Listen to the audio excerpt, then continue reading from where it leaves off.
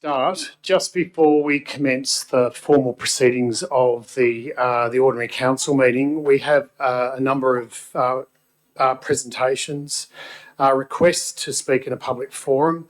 Our regs give us 3 minutes for the presentation, but it can be extended to 5 minutes. I'm going to give everyone 5 minutes if they wish to speak.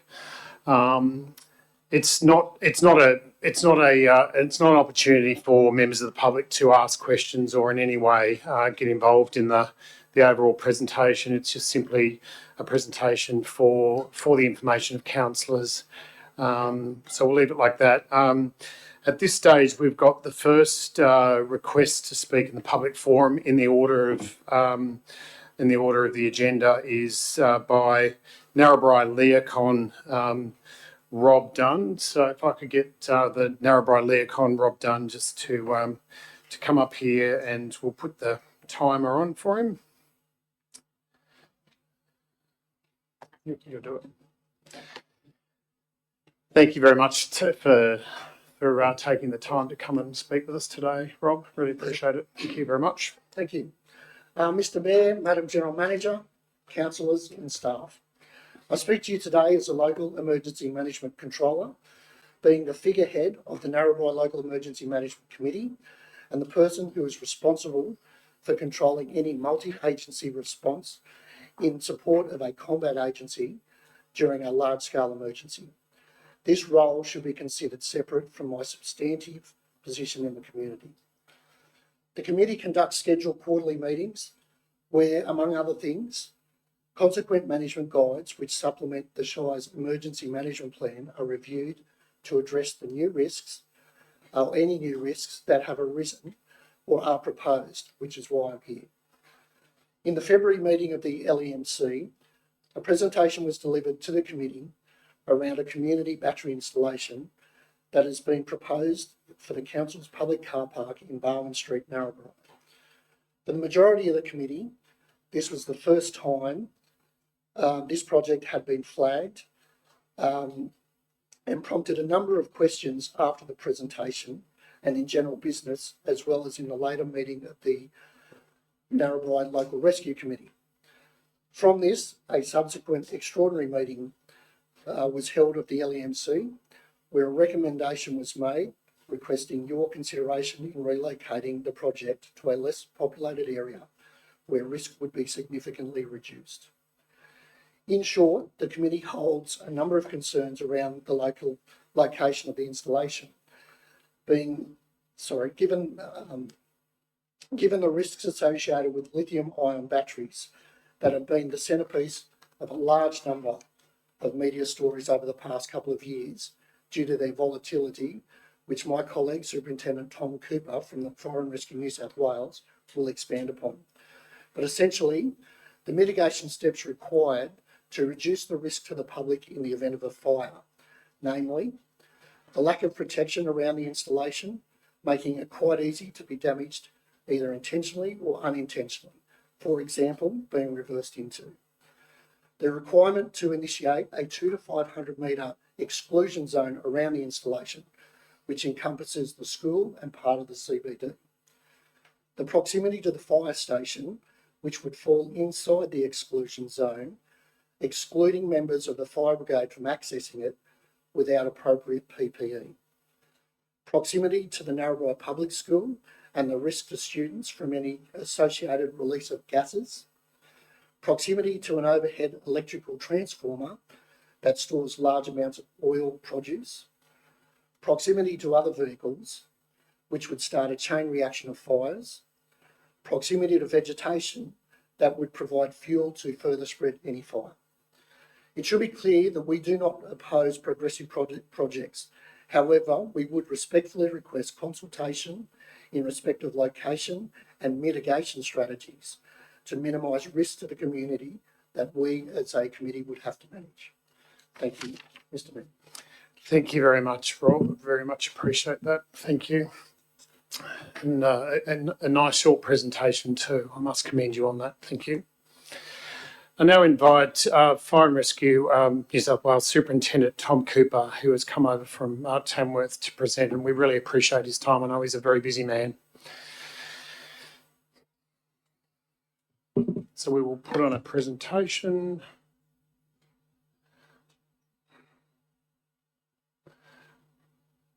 So is the content enabled on that? There should be a tab at the top somewhere.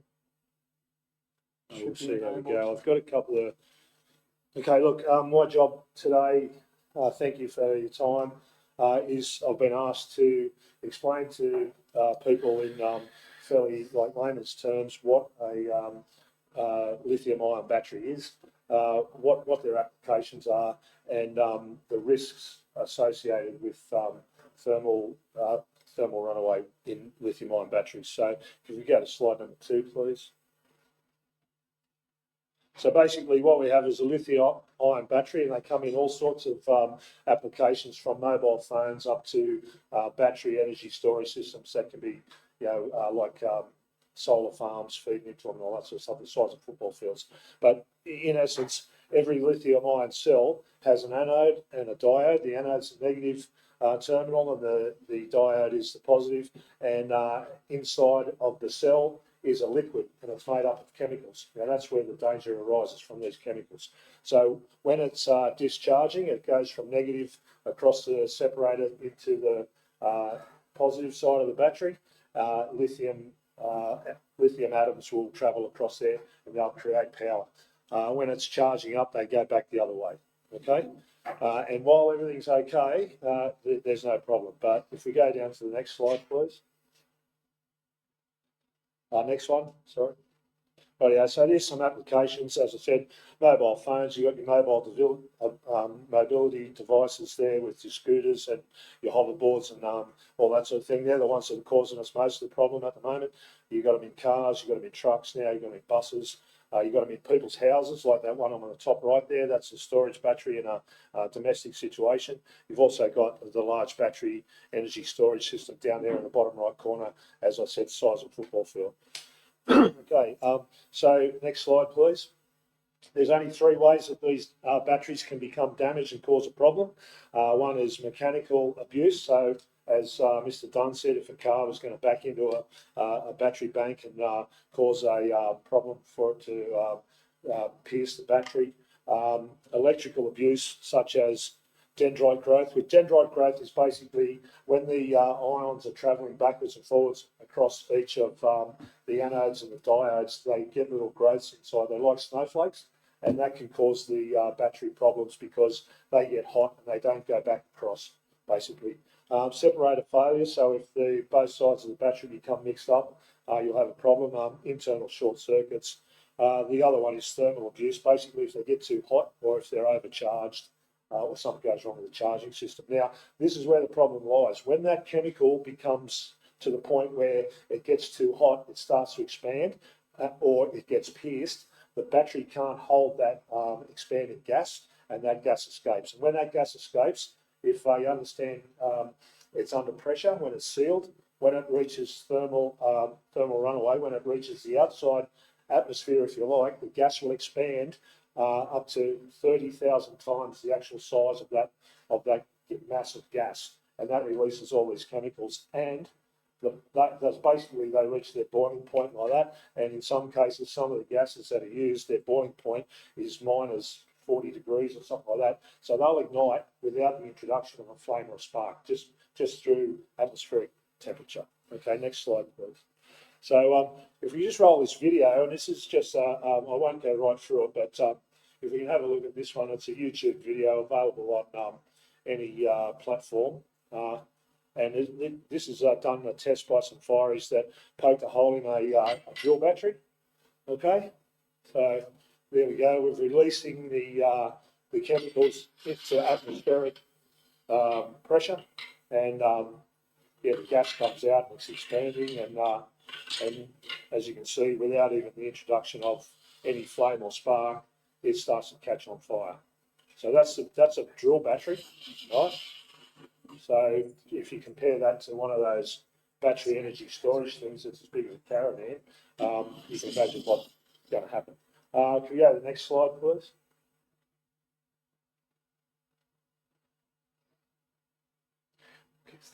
Okay, so toxic and flammable gases are given off, and as I said, they expand at the rate of 30,000 to 1. So if we've got 1 litre of liquid, then we've got 30,000 litres of gas when mixed with oxygen.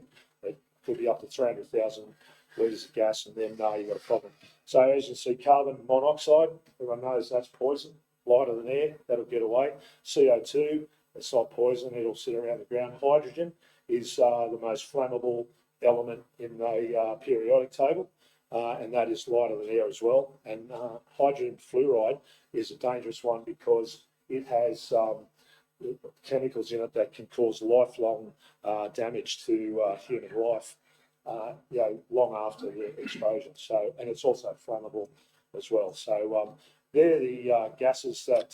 Sorry, Superintendent, you've hit your 5 minutes, but we'll grant you another 3 minutes because we've got. We'll do the same with Sally. If you'd like to speak for another, you can have your 8 minutes, Sally, as well. Yeah. So basically, what I'm saying here is that so these batteries contain a liquid. When the liquid off gases, it expands. It's flammable. It's toxic, and it can travel long distances and catch a light. I guess that's the point I'm trying to make. Next slide. Actually, go down to the next one after that. And this is, I'll be finished after this, but this is just an example of an e-bike battery in an apartment that occurred in London. We've had them in Sydney, and we get them at least one a day. So. I can't help the ads on YouTube. So if you look at how quick this takes to catch off.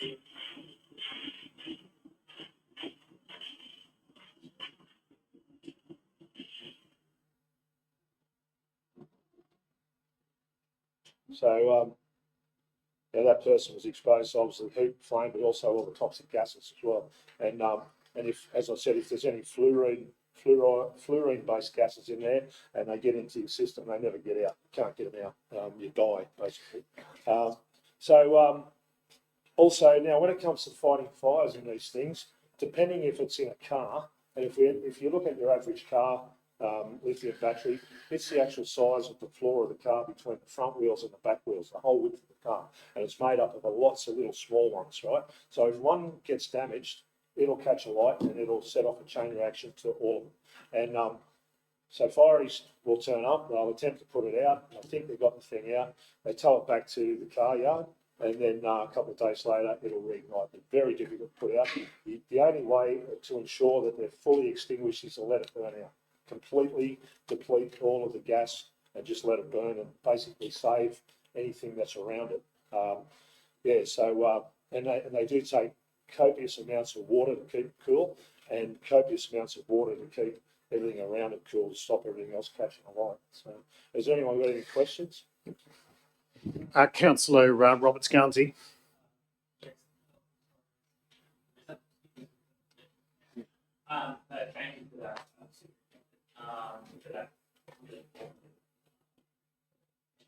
Right there. I just wanted to sort of get some in your experience, has there been many of these community batteries catching the light?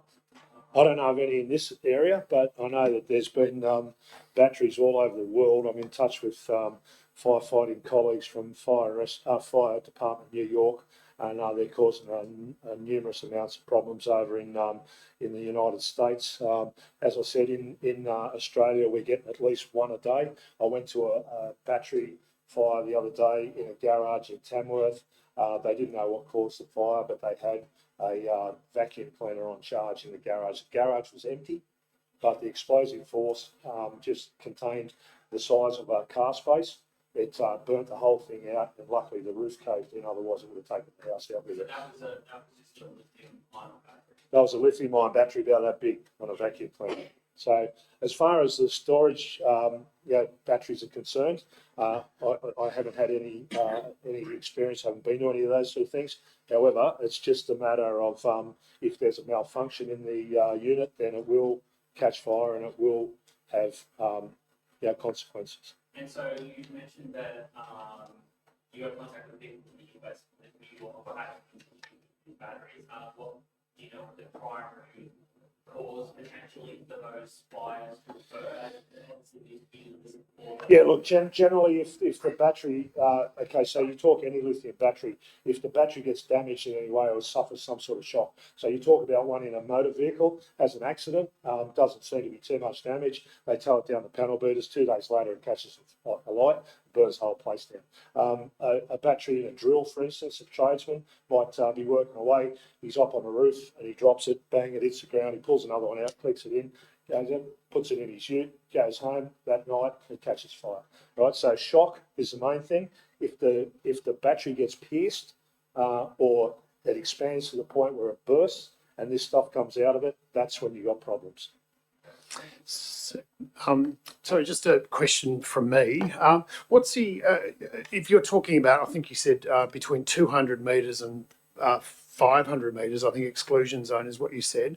How long would that exclusion zone have to be maintained? Say in a place like Until Narrabri. the firefighters could get in with a gas detector. Now we don't have an SOG on these things at the moment, right? Standard Operation Guideline. It's been formulated at the moment, and the consequence management guide that we're working on now, with the help of the battery manufacturer, to explain to us what sort of gases and chemicals are used and that sort of thing. Now that's a precautionary thing. Like if there is a gas leak and this stuff is going out into the atmosphere, we want to be 100% sure that no one's going to get exposed to it, particularly if people are going to be able to breathe it in. So we would have to make sure that we went around and with a gas detector and made sure that the atmosphere was okay before we let people back in. That's if after we dealt with the fire.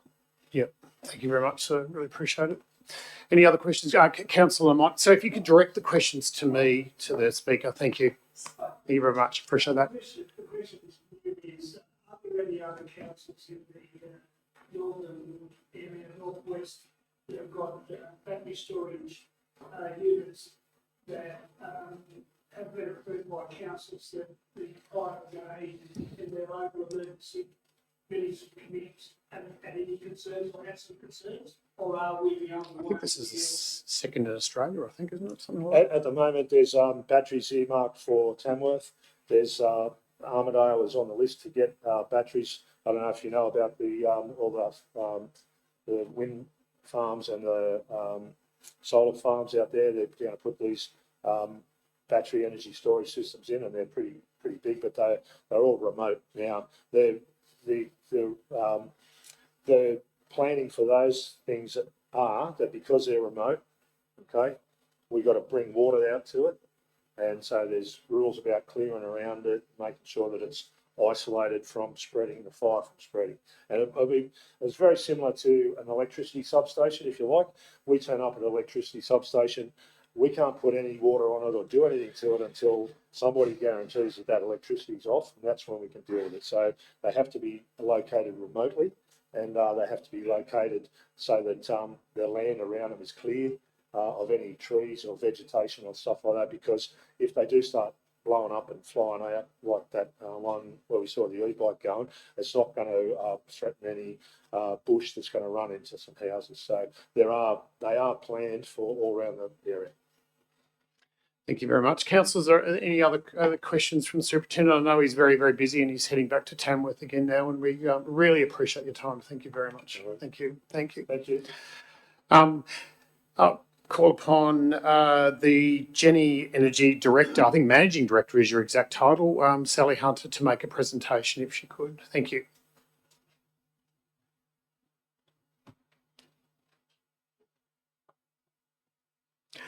Once again, thank you very much for your time. I know you're also very, very busy. You've got a lot that you're planning at the moment, so thank you for your time. Thank you. Thank you. And you've got 8 minutes, so just go for it. Yes. Well, the 24 hours notice that I was given to prepare, I actually spent, bringing it down to 3 minutes. So I'll try and add that content back in. So Jenny Energy is one of only 2 not-for-profits in the nation to be awarded federal funding in 2023 to deliver a community battery. Out of the 400 batteries funded, only 4% went to non-profits, which highlights why there is national interest in what we are trying to achieve here in Narrabri. Our mission is to demonstrate why regional communities like Narrabri deserve to share in the benefits of batteries integrated into the grid. We hope to establish a model here that other communities can replicate across the country. And I can tell you, I get phone calls daily to ask how we're going here. To provide some context, there are 400 batteries being installed nationwide under this community battery program, and an extra 400 in Victoria with their own program as well. The Narrabri battery will be a 500 kilowatt hour unit capable of storing the average daily electricity export from approximately 50 Narrabri homes, making it available for use at night. And in the question about other communities doing this, Essential Energy themselves have 3 community batteries funded under this, and they'll all be installed in regional communities as well. They've actually finished all 3 of their installations. The installation here will be carried out by qualified local technicians under contract by our partner Acacia Energy, ensuring that we're adhering to all the highest standards. I want to acknowledge the ongoing support from Council and the dedication of our Community Advisory Group, which has been engaged in this project for 2 years now. Thank you to everyone here tonight who's been part of that effort. I really appreciate it. We've also been in conversation with Fire and Rescue about the project for a couple of years now too. Our Australian battery supplier EvoPower has installed over 150 megawatt hours of batteries so far with 0 recorded fire incidents. They use cattle batteries in ours, which is the biggest battery manufacturer in the world, and at last year it produced 670 gigawatt hours of batteries. To give you some kind of scale and context of that, that's about 1.3 million batteries, the same scale as the Narrabri one that they've built around the world. So the battery has already received connection approval from Essential Energy, which includes their own comprehensive safety checks and the ability to isolate the battery in the case of emergency. We've also obviously received this through federal government funding, which has had its own risk management lens over it as well. Additionally, EvoPower has included several extra safety features in their own batteries. These include a heat detector, a smoke detector that triggers an aerosol fire suppressant system, and all of these are backed up by a UPS in case there's a blackout. Second thing is it has a battery management system which prevents overcharging and over discharging. It's also got a dedicated air conditioner to prevent overheating. These safety measures address potential battery fires caused by thermal or electrical issues. As the superintendent pointed out, there's 3 basic ways that a problem can be caused. So thermal, electrical, and the final one is mechanical damage, such as vehicle impact. To mitigate this, as well as flooding risks for the location of the battery will be installed on 4 5-ton concrete culverts that are 900 mils high, with footings designed to engineering standards. It will have railings around the edge of the culverts that are an additional 1 metre high. The battery has been sited in the car park to provide optimal protection from vehicle movements, and the battery sits back from the railings. The Narrabri Community Battery has been in the approvals process for 2 years.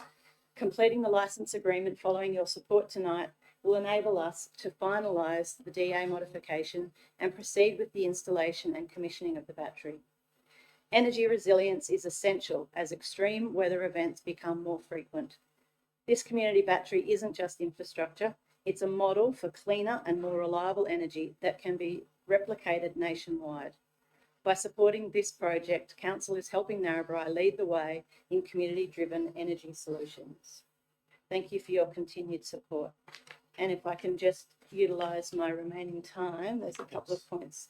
First of all, Essential Energy's their own emergency procedures, which my understanding is they're based on the New South Wales standards, is that they recommend a 15-metre exclusion zone, which falls, well short of the school and also the CBD, which were the 2 concerns raised. All of the examples that we saw in the presentation were of drills, e-scooters and cars, and these are the batteries that have been causing problems. The drills and the e-scooters, don't have the same safety standards that the car batteries and the community batteries and larger scale batteries have. And they're often produced, in pretty nefarious circumstances, which is why they're having problems. The amount of rigour and safety that's gone into the batteries that are produced at our scale is by far not even a comparison. I could have put up lots of pretty pictures today if I'd known that I could have had a presentation showing lots of beautiful community batteries that are already operating all around Australia. They're central part of communities, and you know, this is something that we're going to be very proud of, and our committee has worked very hard to get to this point. We've got a local artist who'll be decorating it, and it'll be a point of interest that our community can be very proud of. So I look forward to your support of the project. Thank you very much. Are you happy to take some questions from councillors? Councillors, does anyone have a question for Sally? And direct it to me. And it's not about politics. It's not about anything. It's about the science and, you know, what she's planning to do. So keep it above board if you can. Everyone, do I have a Councillor Lamont? Just a question through you to Sally. Yes. Yep. And then the clear points you make about battery storage. Yep. What I'm concerned with there is why all this stuff is this a big deal when we've been working with this development for 2 years and the DA's been Yep. the staff have looked at it all Yep. of a sudden. So is that a question for Sally? Well, yeah, we'll go into that when we discuss that during the actual agenda item. But this is do you have a question for? Yep. Absolutely not. You've got a possibility to ask a question. Did you want to ask? Does anyone have a question for Sally at all? Sally Hunter at all? Yep. Councillor Towns. Yep.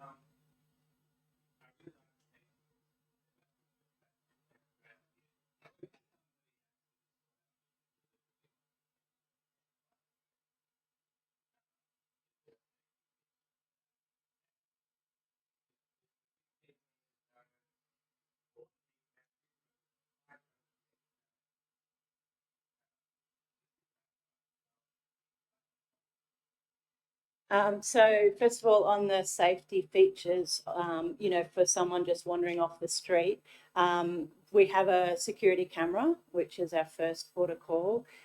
We anticipate, like when we did our risk management plan, we anticipated the greatest risk was actually graffiti. And we have used some protections on the outside to make graffiti less easier to clean off and what have you. So that is a safety feature, I guess. And yeah, so and the third one that we've done is that most of the batteries coming out of the Evo factory have a large red emergency stop button on the outside, and we did request that is not on the outside of this one because, you know, we didn't want people tampering with it, so we have other emergency stop procedures in place. The 15-metre zone, you know, not to confuse it with what the fire and rescue were saying about the gas exclusion zone, so they're two different things. But the 15-metre zone was based on the work that Essential Energy had done, and yes, it was with similar scale batteries to this one. Yeah, because they've got their own. Yeah. Thank you very much, Sally. Councillor Dickinson. Yeah, through you, Mr. Mayor. Thank you, Sally. Just the purchase price of the electricity when it goes in, that, and what did you actually sell it for when it comes out? That's not really, sorry. Can I overrule that? I'm sorry. I can speak to you personally. Yeah. If you like. It's fairly operational, I guess. Yeah, it's we might go through that. We can have that discussion if you like, you know, during the course of it.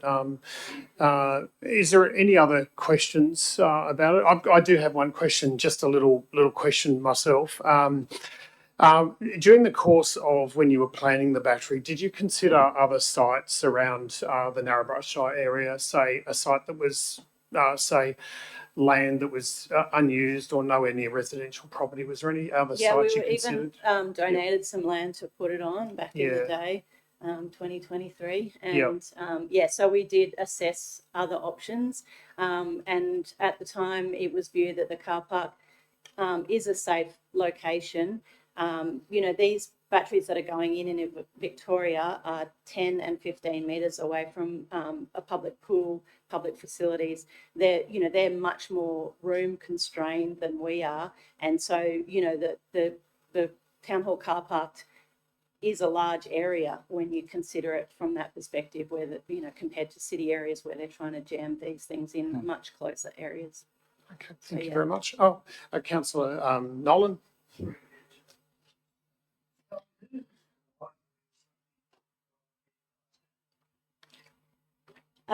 So the protections that are in place is there's public liability insurance. So if someone flew their drone into it and that managed to break through the outside shell and also through the battery shell, then, you know, the liability would fall to Jenny Energy, and Jenny Energy would utilise the public liability That insurance. covers the cost of the cleanup if it gets exposed and the cost of the school. Yeah. Well, you know, this is why we all have insurance. We all rely on insurance. And I think pretty much everyone in this room's probably had an experience where when you go to claim your insurance, it's maybe doesn't live up to what it's supposed to be. So, you know, I can't answer in great detail about that. I trust Chubb, who's the insurer. They have said they're willing to insure this project, and it took us 2 years to find insurance because this is an evolving space. But Chubb is willing to insure it and the other community batteries, and I'm going on their word for the fact that they will honour their requirements, you know. Any other questions, councillors? No? Thank you very much. Thank you very much for your time, Sally. I really appreciate your time, and you're busy, very Thank you, busy. Mayor. And Can no I worries. give And everyone a by the way, shout out? anyone in the community can make a presentation. It's just part of it's all over the website that you can there's forms on the website, so anyone can make a presentation before council. And we've had many members of the community come and do that. So it's a fairly standard thing. So thank you. Appreciate it. Thank you. All right, it's now time that we actually start at 4 minutes past 6. We'll start the council meeting. I advise that council will be recording this meeting today to be webcast and available on the internet. As such, all those present should refrain from making any defamatory statements. Can I ask that all councillors, during the duration of the meeting, limit discussions to only the business on the agenda and what is permissible under the adopted code of meeting practice. I now call upon the pastor to come and help lead us in prayer, if you wouldn't mind. So if you feel like standing up, you can. If you don't, then that's also okay. Just want to thank you, Mayor. Thank you, councillors, for this opportunity we get to pray. Let us pray. Heavenly Father, we just thank you for this great Shire of Narrabri. We just thank you that you allow us to look after, to govern and to enjoy this piece of your creation. Lord, we pray for this meeting. Thank you for each and every person here. Lord, we pray that you fill this and meeting with wisdom and humility. And Lord, in every decision and discussion that needs to be made would just be to honour you. So Lord, we just thank you for this time. Thank you for this meeting, and we just give you thanks for again allowing us to be part of your part of creation here in this Narrabri Shire. In Jesus' name, amen. Thank you very much, Pastor. Really appreciate that. Just while we're standing, councillors, if you feel like standing, council acknowledges that we meet today on the traditional lands of the Kamilaroi, the Gomeroi, the Gamilaroi people, and we recognise their continuing connection to this land, and we pay our respects to elders past, present and emerging, and I extend that respect to any Aboriginal people present here today. Our recognition of servicemen and women. Council acknowledges the sacrifices made by Australian servicemen and women, in particular those who gave their lives in the defence of the freedom that we enjoy today. You may be seated. Thank you, councillors. We've had no applications for people to attend via audio-visual link. Councillor Lamont left the chamber at 7 minutes past 6, everyone. We've had no applications for attendance by audio visual link. There's a full suite of councillors here today, apart from one councillor who's walked out just briefly. Declaration of pecuniary and non-pecuniary interests. Councillors are reminded. Councillor Mond walked back in the chamber at. Sorry, guys. Councillor Mont walked back in the chamber at 8 minutes past 6. Thank you, Councillor Mont. Just a reminder that councillors are reminded of their obligation to declare their interest in any matters listed before them. In considering your interest, you are reminded to include pecuniary, significant non-pecuniary, and non-significant non-pecuniary conflicts of interest, as well as any other interests you perceive or may be perceived of you. Councillors may declare an interest at the commencement of this meeting, or alternatively at any time during the meeting, should any issue progress or arise that should warrant such a declaration. Councillors must state their reasons in declaring any type of interest.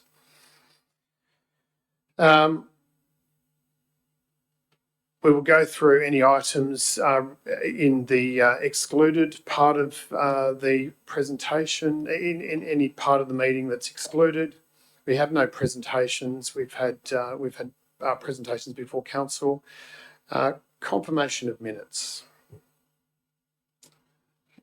This is not working.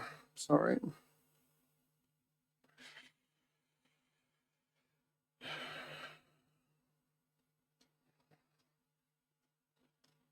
So I'm just trying to get my minutes up and I cannot seem to get them up.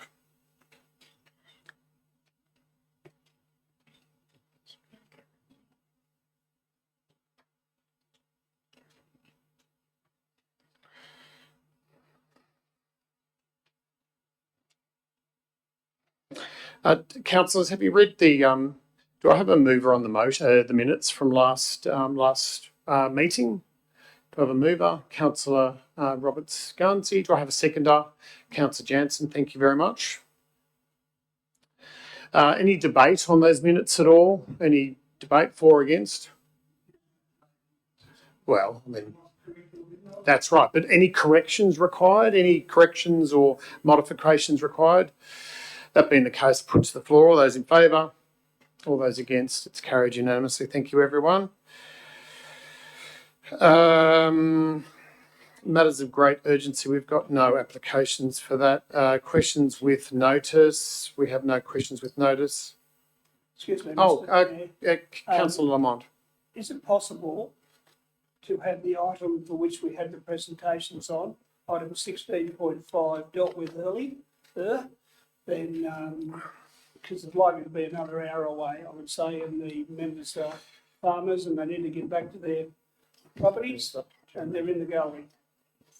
Yes, look, Councillor Mott, we will do that. If with the permission of the General Manager, she's happy to move the agenda around to do that, to accommodate people who've got busy lives. So thank you very much. It's a very considerate thing to do. So we will move to, with the permission of the councillors, we'll move to item 16.5. which is Jenny Energy Community Battery Licence Agreement. So the recommendation here, councillors, is that council enters into a licence agreement with Jenny Energy Limited on the terms of the attached document, with the key terms being the location at our Town Hall car park, as listed there, that the permitted use be the installation, operation, repair and replacement of battery electric storage facilities, the term being 5 years with a 5-year option, the rent being $1 per annum, the rates being nil charges to Jenny Energy Limited, the outgoings being that the lessee being responsible for any outgoings, and that council delegates the authority to the general manager to enter into a license agreement and execute all relevant documentation. So I'll actually just hand over briefly to Ted just to give us a bit of a background and a bit of an overview of this, and just a bit of insight into what this license agreement actually is. Thank you, Mr Mayor. Through the Interim General Manager. Councillors, the recommendation is as the Mayor has stated, and it was as a result of Council Resolution 029-2023 and subsequent negotiations that were entered into between Jenny Energy and Council, and the licence agreement is presented and as drafted for Council's consideration with the items in there. Thank you very much. Councillor Roberts-Garnsey, you've got your light on. Did you have a... Oh yes, I just wanted to comment on what a No, fantastic. You can't comment yet. Oh no You worries. can ask a question Oh, no for worries. clarity, or you can move the motion. Yeah. So, Well, if that's the case, I'd like to move the motion then. Yep. To thank you very approve. much. Seconder, Councillor Lamont, thank you very much. Councillor, would you like to speak to your motion? Councillor Lamont. I would like to speak to the motion. Look, it's a fantastic opportunity for our community. One of 2 community batteries. It's going to be a really great thing for our community, really showing the progressiveness of our community and our continued advancement and our hunger for continued diversity in our economic development. So I fully support this motion. Thank you very much, Councillor. Councillors, do I have any other comments for or against this particular motion? Councillor Lamont. Mr Mayor, I've seconded the motion. I'm for the motion that's moved. And the reason being is that I'm confident that the controls that are in place by the respective agencies and council staff, the DA approval, that we need to proceed with this and establish a licence agreement with the developer on the basis that it's damn good development.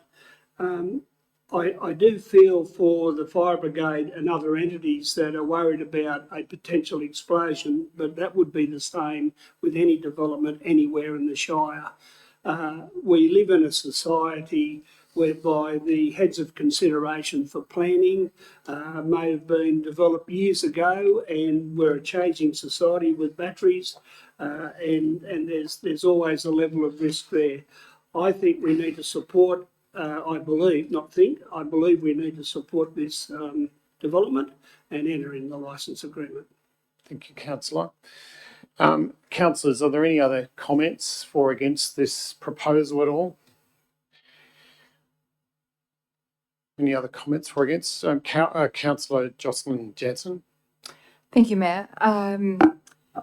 In principle, I'm in support of it. I guess, though, having heard, my apologies that I was a few minutes late. If new information comes to light, comes to bear,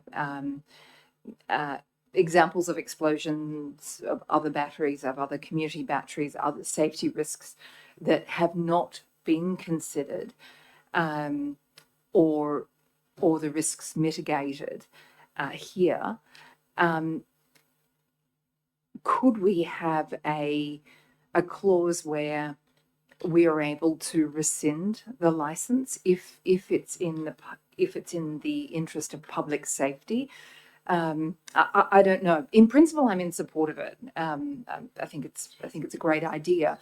Given the information we've heard today, should we have a mechanism in the agreement that allows us to work with the proponent to change the location if there is a public health and safety risk? So I'm not understanding. I'm just not understanding In the license what you're asking. agreement, in the license agreement, The license agreement is essentially the same as a lease. So it is essentially the council giving consent for possession of that land for the understand, purposes of that. So I'm not understand. sure what else. Would you like clarity from our internal counsel in terms of? It's perhaps just my way of framing the question that if we become aware of issues and there are other instances of these batteries endangering public safety, could we have a clause in the license agreement that allows us to work with the proponent to have the battery relocated during the term of that 5-year license agreement? Okay. Can I, through the general manager to our manager of corporate governance?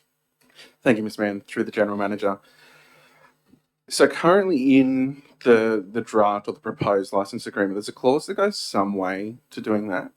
It's a clause that requires the licensee, in that case Jenny Energy, to conduct both periodic risk assessments and produce risk management plans, but also risk assessments and risk management plans when circumstances arise that change the risk profile of the battery.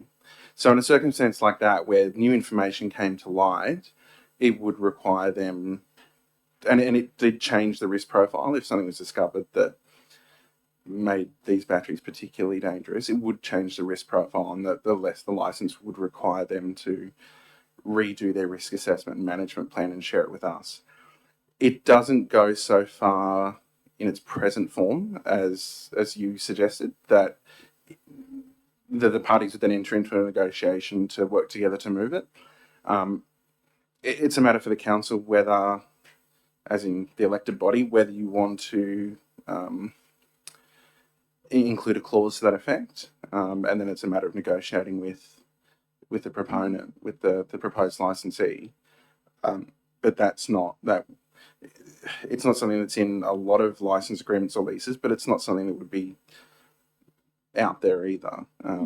It's a matter of what the elected body wants in the license agreement and what can be negotiated with the licensee.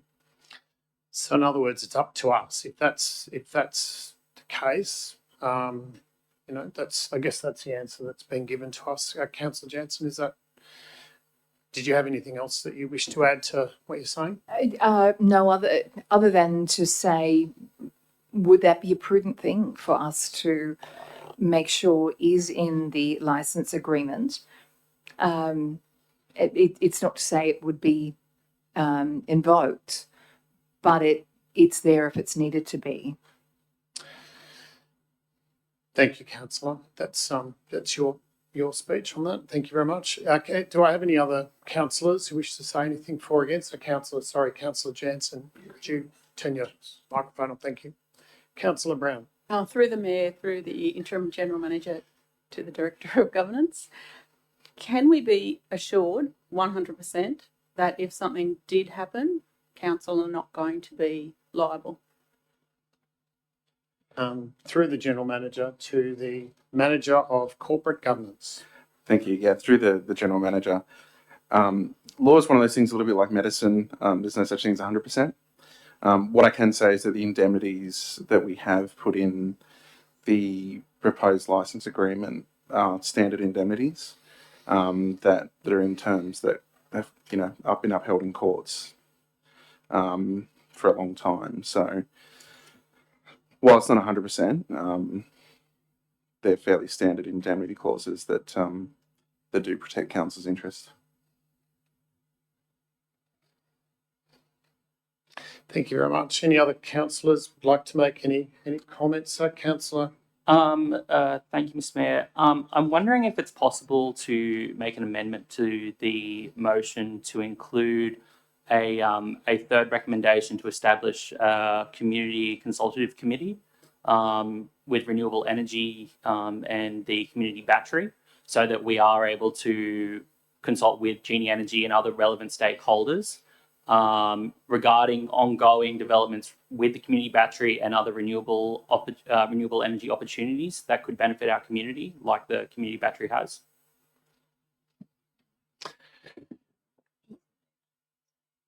So what would you propose to put in that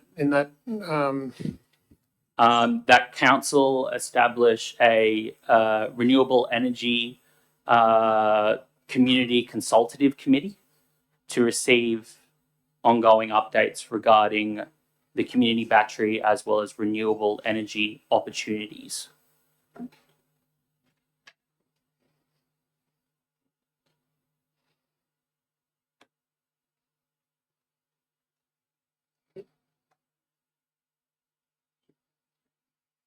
It should come up on the screen in a moment, councillor. Mr Mayor. As Yes, a seconder, Councillor as a seconder, Yes. I would support that because it would give greater assurance to our government agencies who do a fantastic job out there, and our community, and the developer, I dare say, would be happy to work with a consultative committee and fellow councillors, community members. So does that make the proposal contingent on establishing that and more further investigation, or would the licence just go through tonight as a? Not contingent on the establishment of the committee, just simply a way for us to continue to consult and develop new practices, because obviously there is a lot of concerns from community and from members of the Sphere Council and from various government organisations, and I think it would be an excellent opportunity, given that this is such a new space, if we didn't take advantage of that continued communication. And I think that it would be a really good opportunity for us to continue to develop this space and provide really a model and a framework for the rest of Australia, quite frankly. So the battery goes ahead without delay in the car park. Yep. Is that what you want? Yep. Okay. Any other comments for or against, councillors? So let's read the motion as is. The motion is that council enters into a licence agreement with Genie Energy Limited on the terms of the attached document. Sorry, let me just grab that for a second. With key terms being the location in the car park, permitted use is the installation, operation, repair, replacement of battery electric storage facilities. The term is 5 years with a 5-year option. The rent is $1 per annum. The rates are nil charge to Genie Energy, and the outgoings are the responsibility of Genie Energy. Next one is that council delegates the authority to the general manager to enter into a licence agreement and execute all relevant documentation.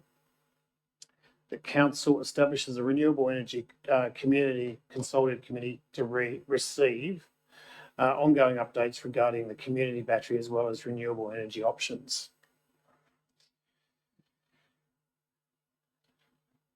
Opportunity, sorry.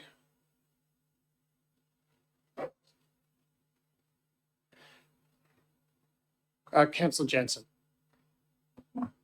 Thank you, Mayor. So with the discussion about safety, should there not be should there not be a clause there about safety and what that would trigger if there was an issue with safety? Frankly, I feel that this council not having had any background in the genesis of this, to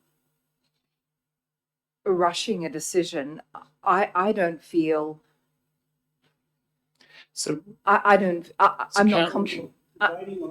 So councillor, what you can do is, if you wish to, you can move an amendment, and the amendment you can take a little bit of time to construct an amendment if you wish to, and you can make an amendment which you can do anything you want with an amendment, and then what we do is we debate that amendment, and that becomes the discussion that we have.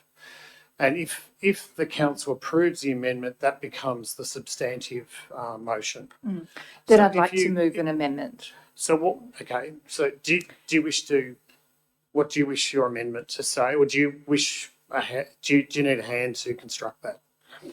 I think, yes, we need to take a moment to construct it, and it would be something around safety, that if there is deemed to be a safety issue, that we have an exit clause from this agreement.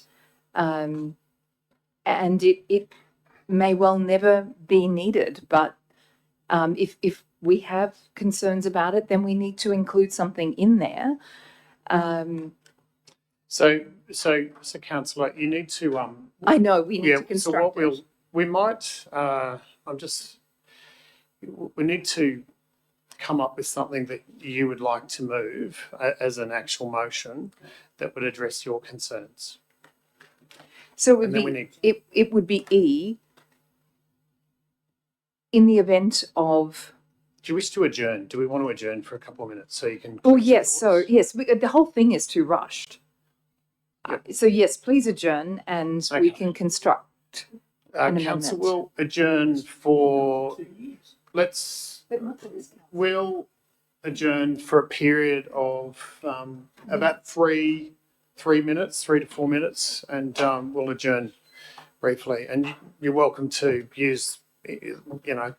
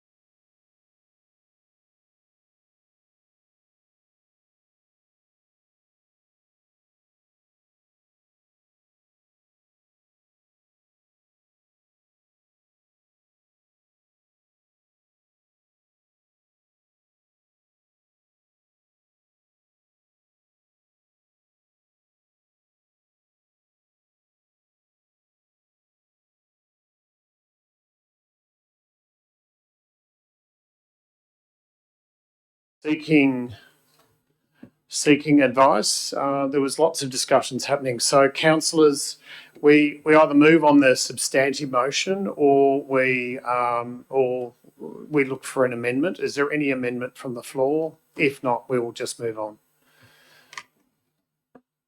I'd like to move my amendment. I'd like to introduce my amendment. Okay. And that is for that a clause be inserted into the proposed licence agreement to the effect that in the event of any emerging safety risk or change of risk profile that cannot be managed to the satisfaction of either party, the licence agreement can be terminated by either party with reasonable notice. Okay, thank you. Do I have a seconder on that motion? Councillor Nolan. Would you like to speak to your motion, Councillor Jansen? So this is an amendment. And you get the opportunity to speak to your amendment, and every other councillor gets to speak to this for or against, and then you get to close at the end of. Unless Josh is okay with this, in which case it would become the motion. Sorry. So turn your microphone off, Councillor Jansen. Yep. Sorry. I wonder I understand the concerns, but it does say in the preamble for the briefing that ensure anything that installs fit for purpose complies with international Australian standards that is safe, ensure that there are physical barriers sufficient to reasonably prevent motor vehicle damage to equipment, conduct a risk assessment and risk management plan for risk associated with the battery, carry out regular inspections for damage or degradation that might lead to a fire or pollutant risk, and develop and comply with consequent management guideline with the local emergency management committee. I just wonder what the necessity for the removal of it, if it's not up to that satisfaction of either party, is really a reasonable amendment, given that this has been put to international Australian standards and has considered all of these safety concerns. I don't know what's to gain from the amendment. I don't particularly agree with the amendment.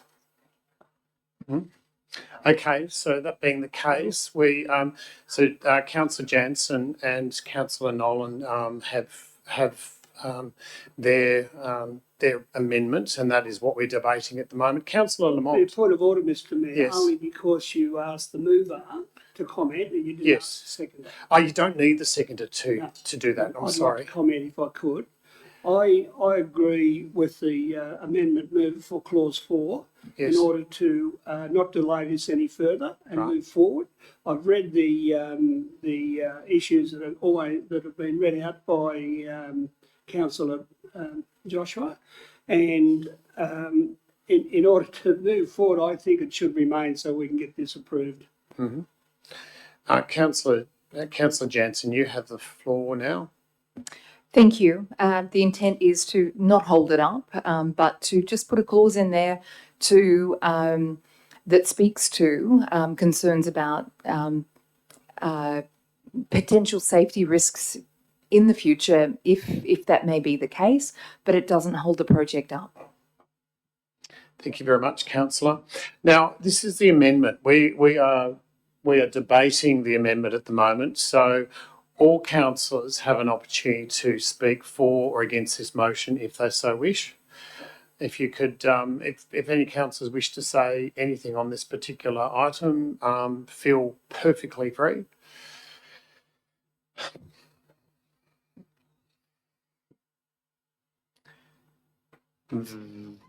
That being the case, would you like to speak on closing? No other comments for or against?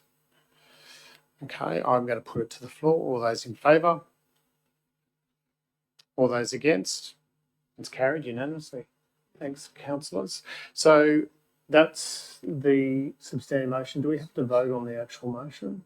So this is the substantive motion now, and we now have to vote on the motion itself. So councillors, This is the substantive motion. All those in, do we have to go through a formal debate? So we have to go through a formal debate again.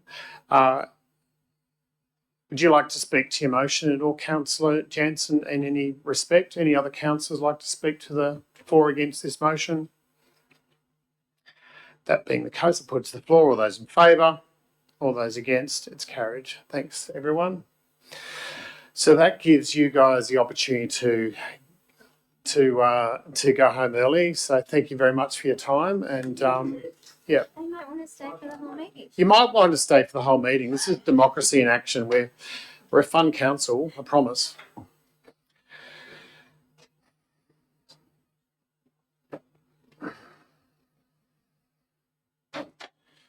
So let me just move to we've got a number of things here.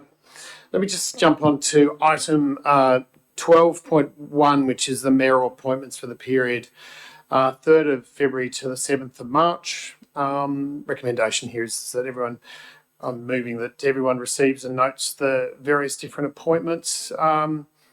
Largely, I think my diary was taken up pretty much doing a lot of things around WeWar. There was a number of other items to do with the media, etc.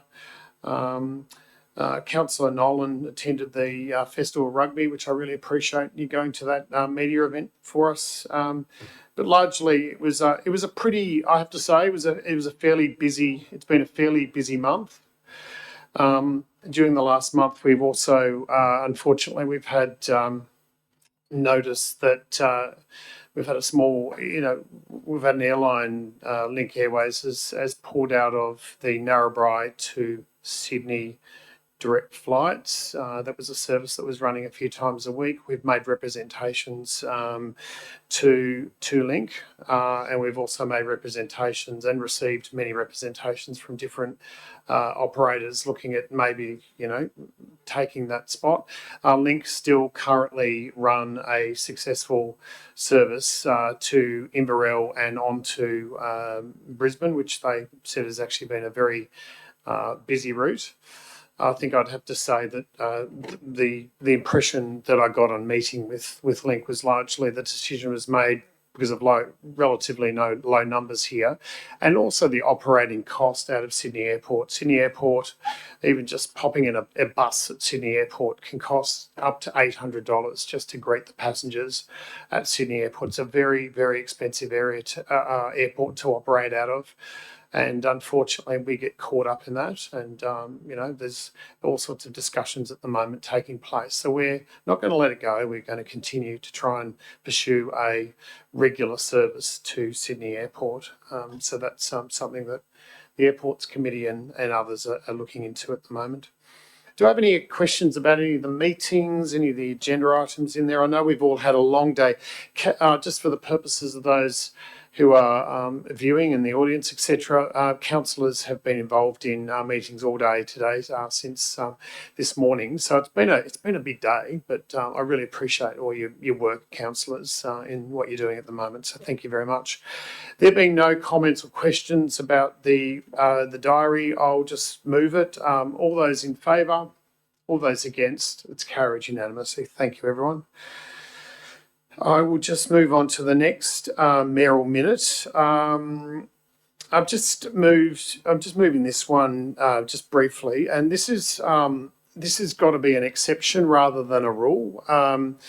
We do from time to time, whether it be the golf club or whether it be another organisation, we'll ask council for support and help. It's usually around water, but as we all know, that the Narrabri Jockey Club are running the 150th anniversary for the Narrabri races this coming Saturday, and they need some assistance from the council in terms of some water. My recommendation here is that council grants a waiver of water charges to the Narrabri Jockey Club just for this single event to assist with the preparation of the race course for this 150th anniversary Narrabri races. In the future, all organisations need to be approaching council using what's called community financial assistance grants. I think that's the general view of the staff, and that's. But do I have any comments or questions from any of the staff members? The cost is expected to be about $200. So we're not talking about a huge ransom, but I think it's important to support this event. Any comments for or against? I'll move that motion. All those in favour? All those against? It's carried. Thank you, council. We've got another motion that has actually received a little bit of media coverage, and it really is about another motion in addition to the other motions that we have submitted to the 2025 ALGA conference, the Australian Local Government Association National General Assembly. Our substantive Director of Planning helped prepare this together with the acting Director of Planning, and we really appreciate all the time they've put into all this advocacy work. It is largely around, and they've had some expertise on this, but largely around addressing the issues around black spots in our shire and in regional areas more broadly. As we all know, the 3G network went down, but I don't know about you, but I'm certainly it's affecting everyone. The black spots everywhere. We've got black spots where we never used to have them. So I think it's incumbent upon the federal government to address this. And this is a motion that will go to ALGA. I assume there'll be unanimous support from this from other councils across Australia. So, do I have any comments or questions or concerns from any of the councillors? I'll put this to the floor. All those in favour? All those against? It's carried unanimously. Thank you, council. Another sort of mayoral minute is airline services at Narrabri Airport. As I discussed before, we just need to authorise the General Manager to pursue opportunities with alternative airline operators to expand irregular passenger services at Narrabri Airport. She needs to be empowered by Council to start chasing those opportunities down. Do I have any questions or comments from any of the councillors about this? I might actually give it to the General Manager just to give us a top line on her thinking around this. Thank you, Mr. Mayor. Councillors, this report, we've got a mayoral minute here as to, the Mayor has just explained, is to pursue opportunities for alternate airlines. The reason it should come to Council is that it's actually currently not in our current operational plan. So if you want us to do some work on that, we need to be endorsed to that so we can prioritise accordingly. We'll have a report come back from our Director of Commercial Services and Finance about what we're doing and what we plan to do, so you can endorse that going forward. So hence the report from the Mayor. Thank you very much, General Manager. Any other comments from councillors? I'll put it to the floor. All those in favour? All those against? That's carried. I move that motion, of course. The next mayoral minute is and I'm sorry about all these mayoral minutes, councillors. It's I know that's very unlike me, but we've just got a number of issues that we've had to deal with over the last a couple of weeks. Reimbursement of Anzac Day traffic management fees. As councillors or anyone that's had anything to do with events know, it is a requirement that people pay traffic management fees. There's a fee that's required to be paid.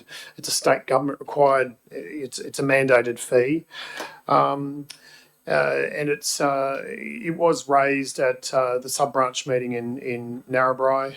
Just about they're not well funded, as we know, but I would just like to encourage our council to reimburse that as a very, very strong signal and a message to the community about how important we see Anzac Day. It is obviously something that's very near and dear to our heart. I think we get record crowds across this community, it doesn't matter. Every single councillor here will be involved in Anzac Day, and I think it'll be a good thing for all of our councillors to support our local sub branches if they could do that. So that's the reason we're doing it. Do I have any questions from any councillors? I'll move that. I'll put that to the floor. All those in favour? All those against? It's carried unanimously. Thank you very much, council. This is another quirky one, and it's been raised by a few people in WeWar. I actually had a few of the farmers out there actually say to me, "I'll put up $1,000 or I'll do this, etc." We've actually had some vandalism of road signs between WeWar and Rowena. Like, vandalism is just, it hasn't really been a big thing in Narrabri Shire. We've had recently a spate of graffiti, and I believe the police have been dealing with the offenders, and it's a really degenerate, terrible thing that people think that this is the kind of the thing that they can do, for entertainment. And I know I speak for all councillors in this matter that this is a disgusting kind of behaviour. So I think it would be a good thing for council to offer a reward for information of $2,000 leading to the successful prosecution of any of the individuals or the individual responsible for the vandalism of road signs between WeWar and Rowena. People know, there has to be people out there who know who those offenders were, and we're just helping move that in the right direction. Do I have any comments from any of the councillors on this particular matter? Any comments or concerns? You all look exhausted. That being the case, I'm going to move it. I'm going to put it to the floor. All those in favour?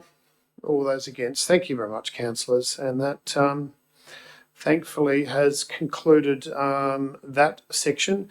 We now move on to item 13.1, which is the local traffic committee meeting minutes of 17 December. We just note the delegates report there. Councillor Dickinson was the councillor of the author of this particular item. Do you wish to say anything to this matter at all, Councillor Dickinson? And I assume you're going to move the motion to.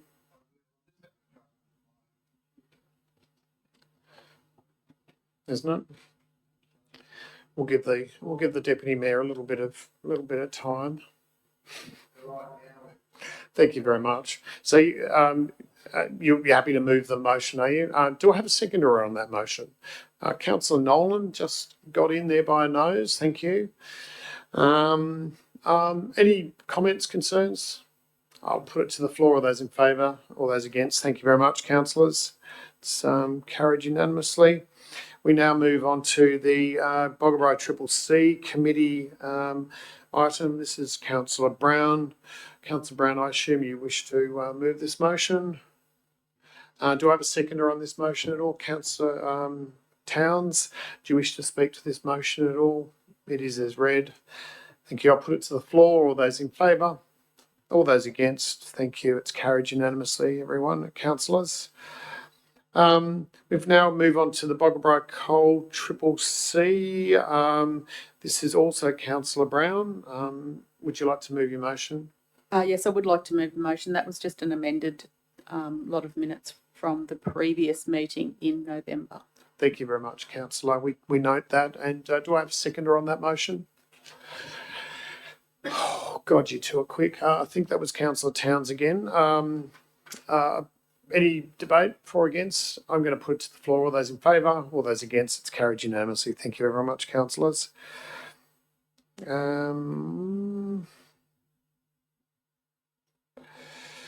We now move to item 15.1, which is a procedural matter. It's the proposed date change to the May Ordinary Council meeting.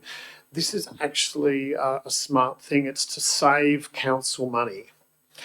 And it is that we approve the May Ordinary Council meeting to be held on the 14th of May 2025 instead of the 21st of May 2025, so that we can, instead of having to call an extra meeting and all the staff time, etc., that's required, it's to have that at that particular time. I'll get the general manager to speak to that through the.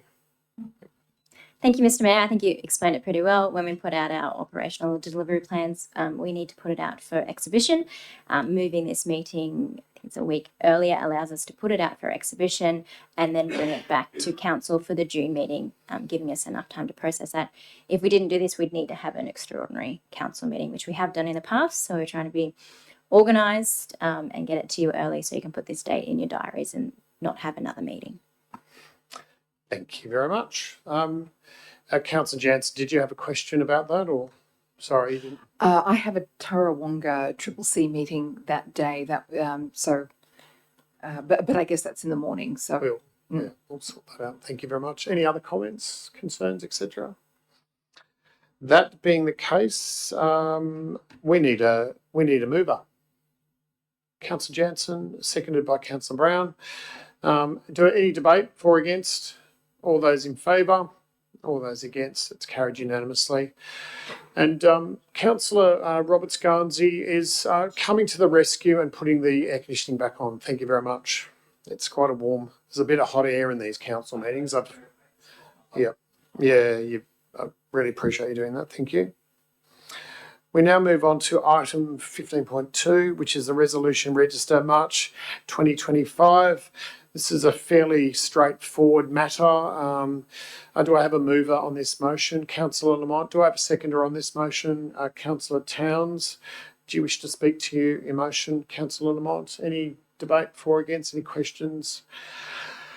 I will put it to the floor. All those in favour? All those against? That's carried unanimously. Thank you very much. We've got a fairly standard item, which is the investment report for 16.1, February 2025. Recommendation here is that we note the investment report for the month of February. How are we looking? Would you like to, through the general manager to the director, would you like to just give a very quick summary? Thank you, Mr. Mayor. Through the interim general manager, councillors, the investment report for February is presented. You'll note that the interest earned to date is about 2.04 million, which is on track with budget. Thank you very much. Through the general manager. Thank you.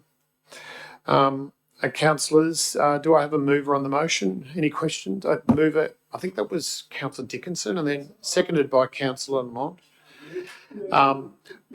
Would you like to speak to your motion? All those in favour? All those against? It's carried unanimously. Councillors, just letting you know, if I am moving at any stage too fast for you, you let me know. And I don't think you'll let me know, but if you do let me know, that'd be good.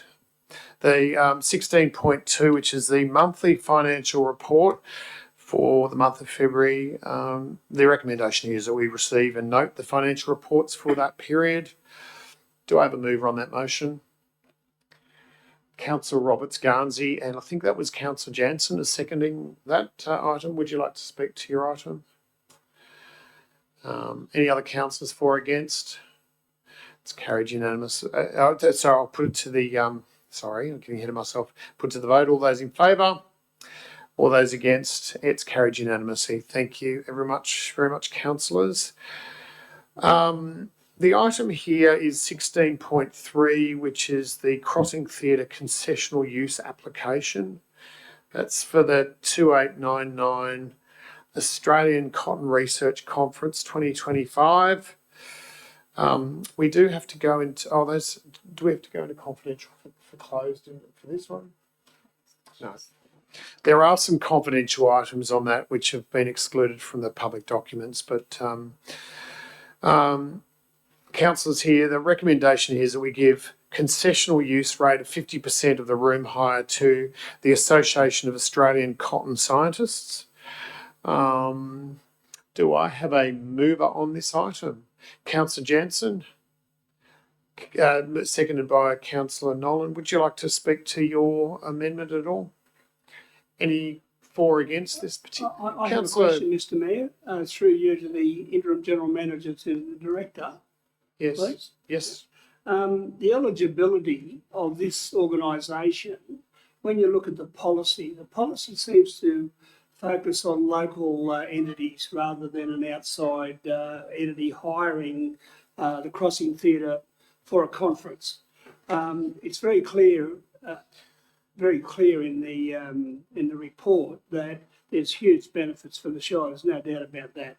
But would we not be in breach of our policy by granting this concession? Because it doesn't meet the eligibility, I don't think. No, and if not, don't we normally ask for their financials? And we look at hardship and things like that. I don't think this entity is anywhere near any of those issues. It's an interesting question. Thank you very much, Councillor Mott. It's a good question. I'll just as a bit of precedent, the Rotary District Conference is from all over, a huge footprint across New South Wales, and that was granted 50% subsidy recently. They held the conference last weekend, so there is a bit of precedence, but I'm interested as to whether it's a breach of policy or not. That's a good question. Thank you very much. To the General Manager. Okay, just reviewing the policy at the moment with Manager of Governance and Risk. It meets the policy. I believe it's a non-for-profit organisation, which is one of the eligibility criteria. It's an association of scientists. Yeah. But certainly when we're reviewing our policies, it's a very interesting question, Councillor Lamont. Maybe we need to tweak our policies at some stage. We're just confirming the new tie. Will be one moment.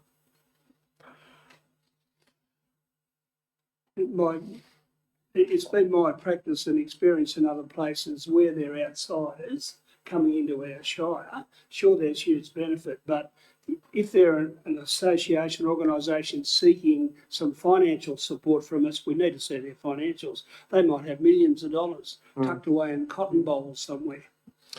So the option, of course, as a councillor of this fine shire, is that you can vote against the motion as well. That's another option. So, righto. Councillor Dickinson. Councillor Dickinson. I see that through you, Mr Mayor.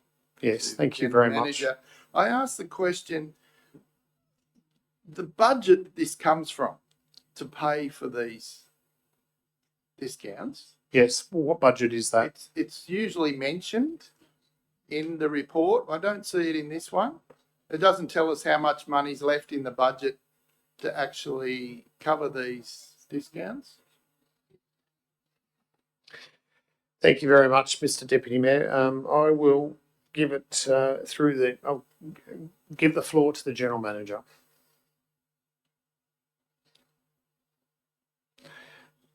We're just working on that, everyone.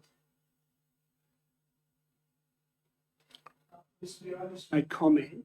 In my view, a Rotary group is a community-based. It's a bunch of community-based people, whereas this is an entity of specialist people that aren't based in any community.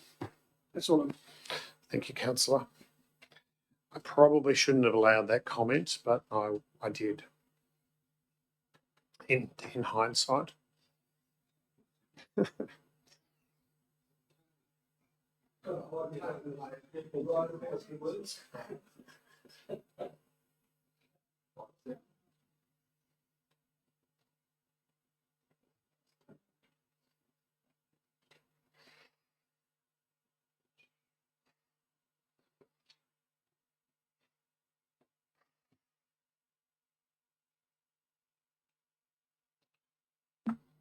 From the evidence we have, again, we can't determine if they're not a non-for-profit. So they have said they are non-for-profit, and with the evidence we've gotten just now, we can't find evidence to suggest they're not a non-for-profit.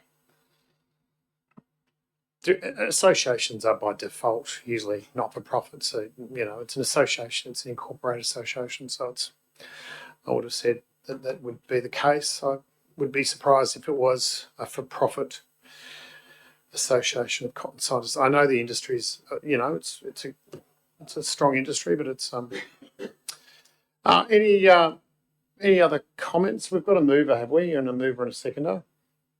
We've got a mover and a seconder. Who did we have as a mover? Sorry. Jocelyn and Brett, Councillor Nolan. Do I have any? Would you like to speak to this motion, Councillor Jansen? Any other councillors for or against? You're entitled to speak for or against this motion. Councillor Dickinson. Yeah, my question doesn't get an answer. Oh yes, excellent. The I've question noticed was the budget.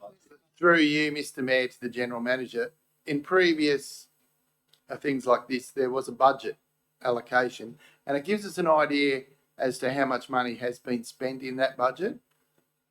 I can answer that. It's a $4,169 on that. That's going to cost the council. Through the General Manager to the Director. Thank you, Mr. Mayor. Through the interim general manager, councillors, that comes from the Community Financial Assistance Grants budget line item. It's amalgamated in there. Generally, we don't do a running total of that by virtue of the fact that we get a number of these concessions every month. But it is something we're working on to provide a little bit more clarity and transparency. And I do believe that we do on a quarterly basis report that via our grants officer as well. Thank you very much, Mr. Director, through the General Manager. Any other comments for or against councillors? Councillor Lamont. Mr. Mayor, before I vote, I just want some clarity. Did the interim general manager indicate that an entity like an association, whilst the policy's not clear, it's regarded as a not-for-profit entity? Is that what the said? Yes, from the information we have, it says it's a non-for-profit organisation. Is there any comments, other comments for or against this motion at all? I will put it to the floor. All those in favour? All those against? So there's two against? Against, and Councillor Roberts Garnsey against. Yes, thank you. The motion's carried. Thank you.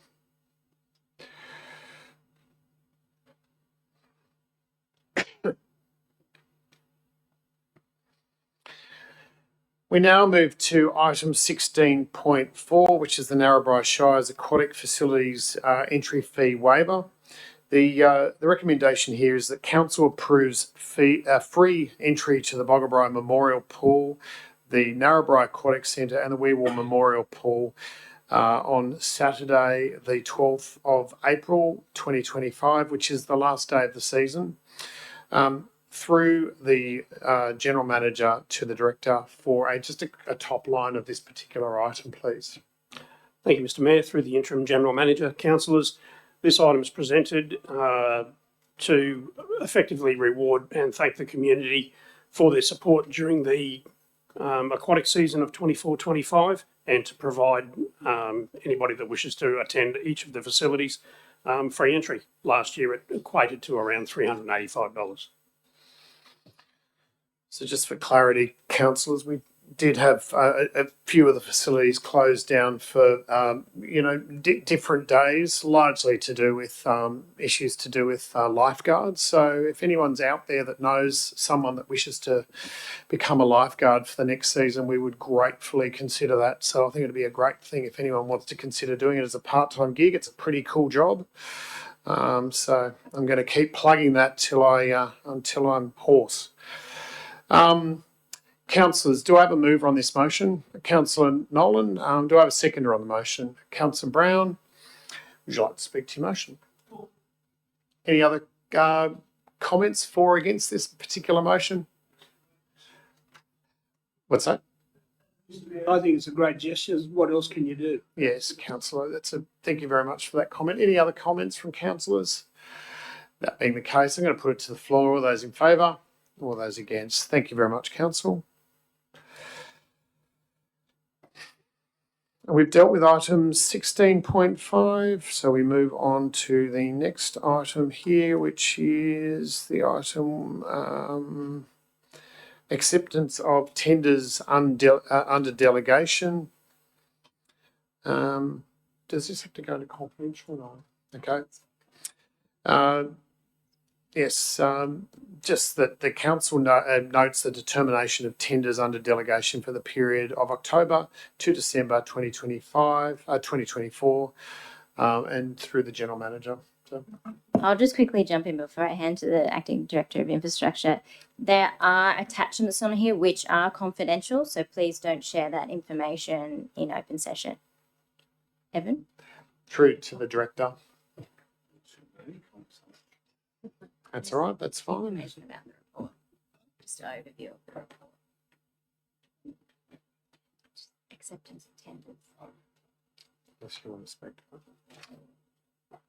I'll move the motion, Mr Mayor, if he's not prepared. Thank you, Councillor Lamont. Do we have a seconder on that motion? Was that Councillor Nolan? You were scratching your head. Thank you very much. Can you kindly refrain from scratching your head during council meetings? No, I'm joking. Would you like to speak to this item? Does anyone require any further information? We don't want to put the director. No worries. Mr Mayor, I'd just like to congratulate the interim general manager and the acting director. Since I've been on council from the last term into now, it's really refreshing to see that our systems and processes are in place and working really, really well. And there's obviously a very objective process that occurs, and I congratulate you. Thank you very much for. Thank you very much, Councillor Lamont, for that comment. It's very kindly received, I'm sure, by the staff. There's no comments for or against. Other comments about this particular item? I'll put it to the floor. Excuse me. All those in favour? All those against? It's been a long day. All those against? It's carried unanimously. Please, I haven't had dinner. Thank you, everyone. I'm going to move. We're now moving to planning, which is one of my favourite discussions. Now, we've got item 18.1, which is community advocacy opportunities for March 2025, and through the interim general manager to the acting director of planning and sustainability to give us a bit of an overview. Oh, do you want mine? No, I'm going to put it on. No worries. Okay. Thank you, Mayor, for the General Manager.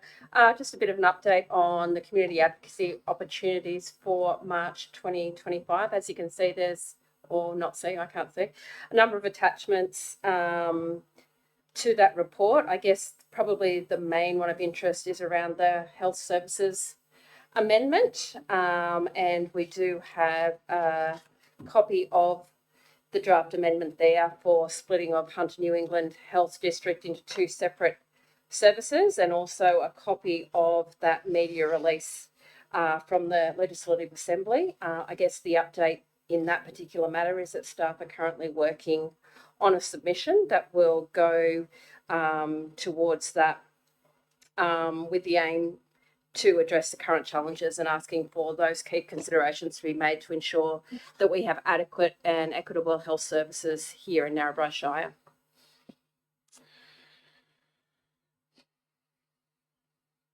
Thank you very, very much. Thank you very much, Acting Director. I might just give a little bit of a top line. I was actually in Sydney yesterday with Councillor Towns and a few members of the We Walk community.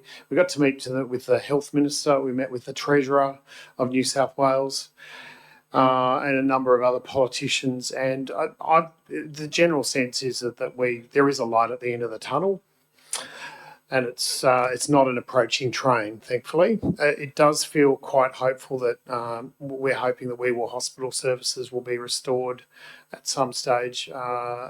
We say it should be open tonight, and we are pushing very, very hard for those services, the 24-hour emergency care to be open again, and we're pushing very, very hard, and that action is going to continue on. So, but just really appreciate it. I can tell you the We Walk community has absolutely appreciated all of the support from these individual councillors in here and the support and advocacy support from staff. So thank you very much.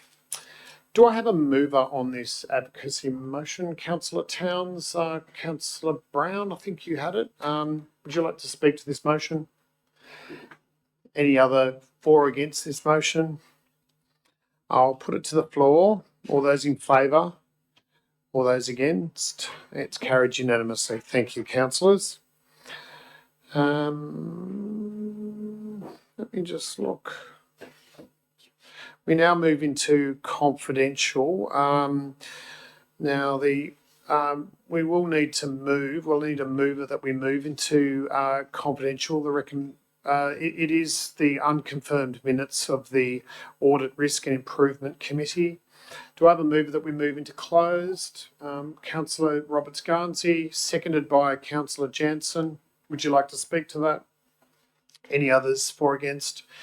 All those in favour? All those against? It's carried unanimously.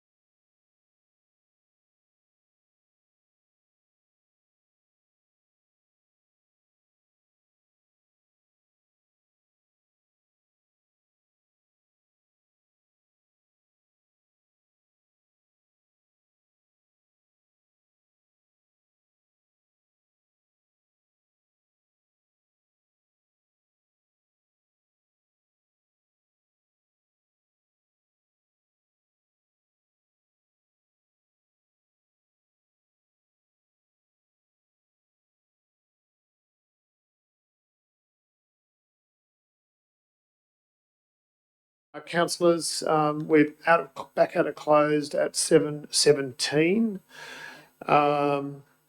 The General Manager will now just report on the proceedings of the closed item. The recommendation is that 1, Council note the unconfirmed minutes of the Audit, Risk and Improvement Committee held on Monday, 17 February 2025.